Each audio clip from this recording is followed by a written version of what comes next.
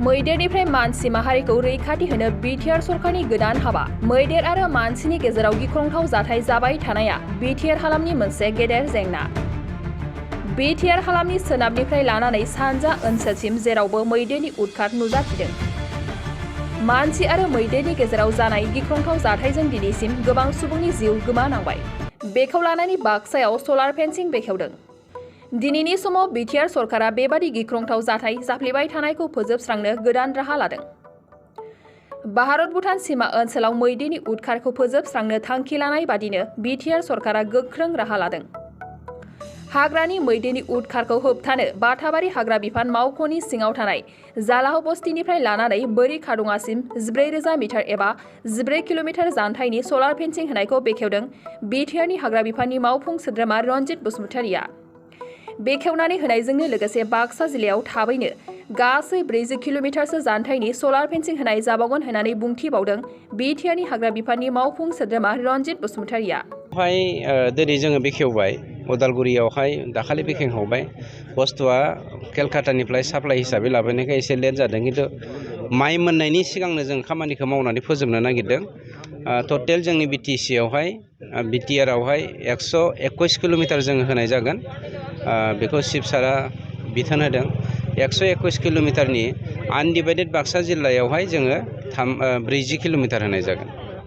सार दिनै बेयाव बेसेबां किल'मिटारनि थाखाय बेखेवनाय जागोन? बे 40 किल'मिटारनिनो बेखेवजेननाय, खिन्थु डिएफअ बिथाङा जायगा नायै जायगा बहा मेन इलेफेन्ट कनफ्लिक्टआ बांद्राय जासिनगासिनो दं गोदोनिफ्रायनो, बेखौ प्रटेक्सन होग्रोगोन, बाखिखौ उनाव एक्सटेनसन खालामलांबाय थागोन।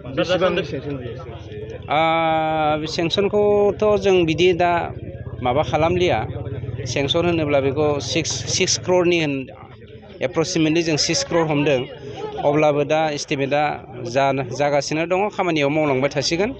एस्टिमेटआ 4 something लाख जागोन पार किल'मिटार।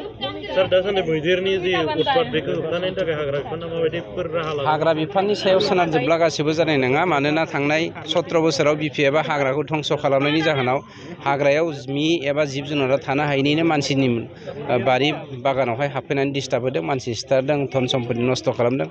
गतिके हाग्रा बिफाननि सायाव सोनारजोबबा जानाय नङा, रायजोफ्रा बेवहाय मैखोमै बाहागो लानांगोन। मानोना जोंहा मेन पावारा बिराद खम, जायनि जाहोनाव जों एसे प्रब्लेम जाबाय थायो। जोलुर मोजां मोनग्राफोरनि थाखाय गोजोनथाव खौरां। गिबि खेबनि थाखाय बिटिआर हालामाव सेथि खेब ISPLआ खुंफुंजागोन। बिटिआर ओनसोलाव लाइमोनफोरखौ जोलुरनि फारसे गोसो बोहोनाय, जोलुरखौ जौगाहोनायनि थांखिजों बिटिआर सरकारा बे बादायलायनायखौ खुंफुंनो थिरांथा लादों। सा-सानजा भारतनि 6 सिडुल ओनसोलाव थानाय मोनजि गेलेग्रा हानजाफोरनि गेजेराव बे बादायलायनाया जागोन। बादायलायनाया फैगौ 9 अक्ट'बरनिफ्राय जागायनानै 23 अक्ट'बरसिम सोलिगोन। उदालगुरिनि डिमाकुसि स्टेडियामनिफ्राय बादायलायनायखौ जागायजेनगोन। बेबायदिनो बे जोलुर बादायलायनाया बिटिआरनि मोनब्रै जिल्लायाव खुंफुंजागोन आरो जोबथा बादायलायनाया क'क्राझार जिल्लानि सिङाव थानाय थिथागुरिनि साइसाक सेन्टाराव खुंफुंजागोन। बादायलायनायाव देरहासार जानाया ट्रफिजों लोगोसे 3 लाख रां, सेथि रानार्स आपआ ट्रफिजों लोगोसे 2 लाख रां आरो थामथि रानार्स आपआ ट्रफिजों लोगोसे 1 लाख रां मोनफुंनो हागोन। बादायलायनायाव 6 सिडुल ओनसोलाव थानाय मोनजि काउन्सिलफोरनिफ्राय बाहागो लाफैगोन।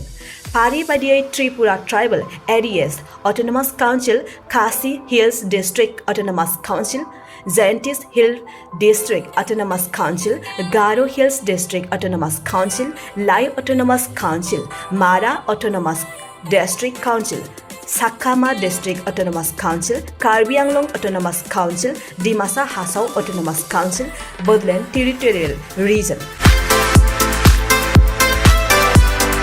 बेखायनो सा-सानजा भारतनि जोलुर गेलेनायखौ मोजां मोनगिरि रायजो राजाफ्रा थिखानाय खालार आरो जायगायाव लैहोर लैहोर फैनानै